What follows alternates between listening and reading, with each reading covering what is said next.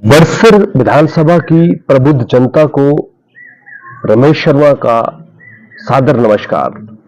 एक पत्रकार के रूप में अन्याय भ्रष्टाचार के विरुद्ध लड़ते हुए, कहीं भिड़ते हुए, बहुत सारे लोगों के प्रति आवाज उठाते हुए पिछले कई वर्षों से आप मुझे शायद देख रहे हैं। हो सकता है कि आप में से बहुत सारे लोग मुझे पसंद करते हो, कुछ लोग मुझे पसंद नहीं भी करते हो, लेकिन कभी भी जानबूझकर मैंने ऐसा कोई कार्य नहीं किया जो इंटेंशनली किसी व्यक्ति का नुकसान करना या किसी की सोच को रोकना है। मैंने हमेशा यह प्रयास किया है कि मैं समाज के लिए वो कर सकूं, समाज के लिए कुछ ऐसा कर सकूं जो उदाहरण बन सके, जो मिसाल बन सके। और ऐसा जरूरी नहीं है कि हर काम व्यक्ति जब करता है तो उसमें वो निपुण हो जाता है। इंसान से कई गलतियां भी होती हैं, लेकिन जानबूझकर गलतियां करना, इंटेंशनली इरादतन गलतियां करना कहीं भी किसी भी रूप में किसी व्यक्ति को स्वीकार नहीं होता है।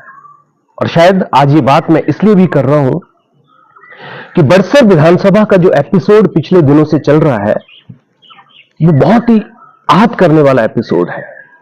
मेरे जैसा व्यक्ति जो समाज के लिए बोलने वाला है, जागरूक व्यक्ति है, अगर वही व्यक्ति इन एपिसोड से आहत है तो फिर आम आदमी कितना आहत होगा आप अंदाजा लगा सकते हैं। और इस अंदाजे को लेकर आज मैं जो चर्चा आपसे कर रहा हूं वो इतनी महत्वपूर्ण चर्चा है जो आपको किसी न किसी रूप में जरूर समझनी और जाननी चाहिए। आखिर बरसर विधानसभा का क्या गुनाह है? बरसर विधानसभा ने ऐसा क्या अपराध किया है कि उसके ऊपर केवल एक्सचेंज नेता चल रहे हैं? पहले इस पार्टी से थे, अब इस पार्टी में आ। लोगों का क्या, जनता की भावनाओं का क्या, जनता की भावनाओं के साथ जो धोखा हो रहा है उसका क्या? आज भारतीय जनता पार्टी का हर एक कार्यकर्ता खुद को ठगा हुआ महसूस कर रहा है। उसको ऐसा फील हो रहा है जैसे उसके ऊपर एक बोझ पड़ा हुआ है। अगर मंच पे आप बैठे हुए नेताओं को देखें, भाजपा कार्यकर्ताओं को देखें, तो अंदर से उनके अंदर एक ग्लानि सी महसूस हो रही है। जिस व्यक्ति को विरोध में खड़े होकर कभी वो बोलते थे, आज उस व्यक्ति के जय जयकार करने के लिए मजबूर होना पड़ रहा है। कार्यकर्ता खुद को इतना ठगा हुआ महसूस कर रहा है कि शायद उनको ये उदाहरण देना मुझे बहुत लाजमी होगा कि जैसे गांव की ही बेटी गांव में जब बहू बन के आ जाती है तो लोग कैसा फील करते हैं। ये फैसला केवल निजी हित में लिया है, जनता हित की कहीं बात नहीं दिख रही है। क्योंकि बरसर की जनता इतनी प्रबुद्ध जनता है और इतने खुले दिल के लोग हैं जो व्यक्ति की मेहनत को और व्यक्ति के इरादों को जानते हैं। अरे ये बरसर ही तो है जिसने बाबा बालकनाथ के माध्यम से पिछली सरकारों को लगभग 3 सालों में 15 करोड़ रुपए का डोनेशन दे दिया। ये 15 करोड़ रुपए बरसर की डेवलपमेंट के लिए लग सकते थे, बरसर के अस्पतालों में लग सकते थे, बरसर के स्कूलों में लग सकते थे, लेकिन हमारे नेताओं का विजन नहीं है। वो चापलूसी करके केवल सरकार को खुश कर, मुख्यमंत्री को खुश करके ये बताना चाहते थे कि हम लोग आपके साथ हैं, जबकि बरसर की जनता के साथ उन्होंने धोखा किया। आज कांग्रेस पार्टी के कार्यकर्ता ठगे हुए महसूस कर रहे हैं।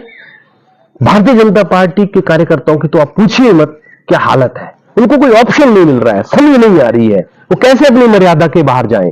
और इन सब बातों को ध्यान में रखते हुए मैं रमेश शर्मा 70% का करीब 75% का करीब मेरा मन बन चुका है कि इस बार मैं बरसर विधानसभा से एक इंडिपेंडेंट निर्दलीय प्रत्याशी के रूप में चुनाव लड़ने की सोच रहा हूं।